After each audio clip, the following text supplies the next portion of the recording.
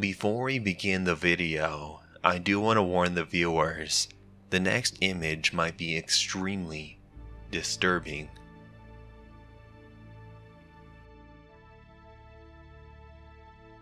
This story that we together will dive deep into might be one of the most shocking stories on the channel to date.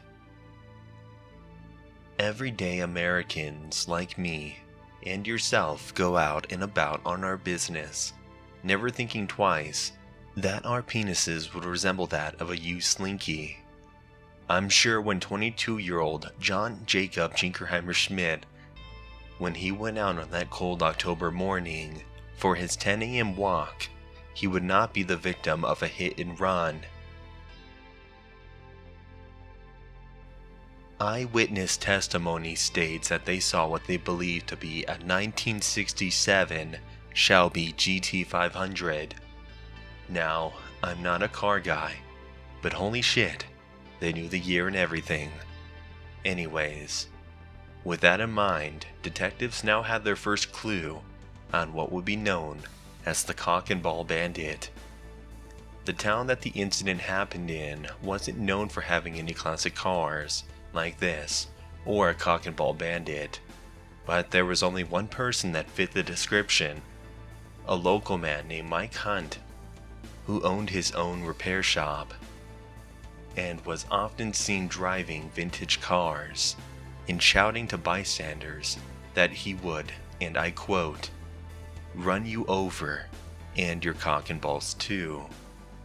Now, nobody seemed to know exactly what he meant by that at the time, but all the signs were starting to add up. With probable cause, detectives were able to get a warrant to search Mr. Hunt's home and garage. When they finally came to the house of Mr. Hunt, there were signs of foul play. The first notable sign was a full-grown naked man nailed to the door. Police would go inside and find more signs. But what left detectives speechless would be a copy of RoboCop 2, Electric Boogaloo, in pristine condition. Also, there were pictures on the walls of Mr. Hunt's victims, but that wasn't as cool as RoboCop by a long shot. With all this evidence, Mr. Hunt would be placed under arrest, and while he was being interrogated, he would go on to say that today's video is sponsored by Raid Shadow Legends with over 1 million players worldwide. Wait, sorry, not that. He would go on to say that, "I'm sorry, I didn't mean to hurt anyone." These words were enough to make anyone cry, and he was released on good behavior. And later, a statue of him would be put up to remember him for being such a good boy. From there, the case was dropped, and Mr. Hunt would go on to become one of the world's greatest men, being featured on Time Magazine, Comedy Central, in that one show with the 4 old chicks that don't shut up. I think Whoopi Goldberg is one of them. Okay guys, that's enough, and I want to thank you guys all for stopping by the channel today. Nexpo, if you're seeing this, I hope you're cool with the parody, and I love what you do on YouTube. I love it all the hours of content you put out. I've personally enjoyed your videos for a very long time.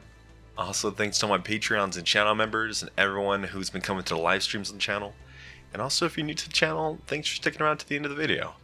I'd appreciate if you guys subscribe and drop a like on the video because, you know, I'm trying to make this a living, you know, I'm trying to make YouTube videos. And maybe comment down below who you'd like to see on the next parody. And that's all for now. I hope you guys enjoyed it again. My name is Gensen.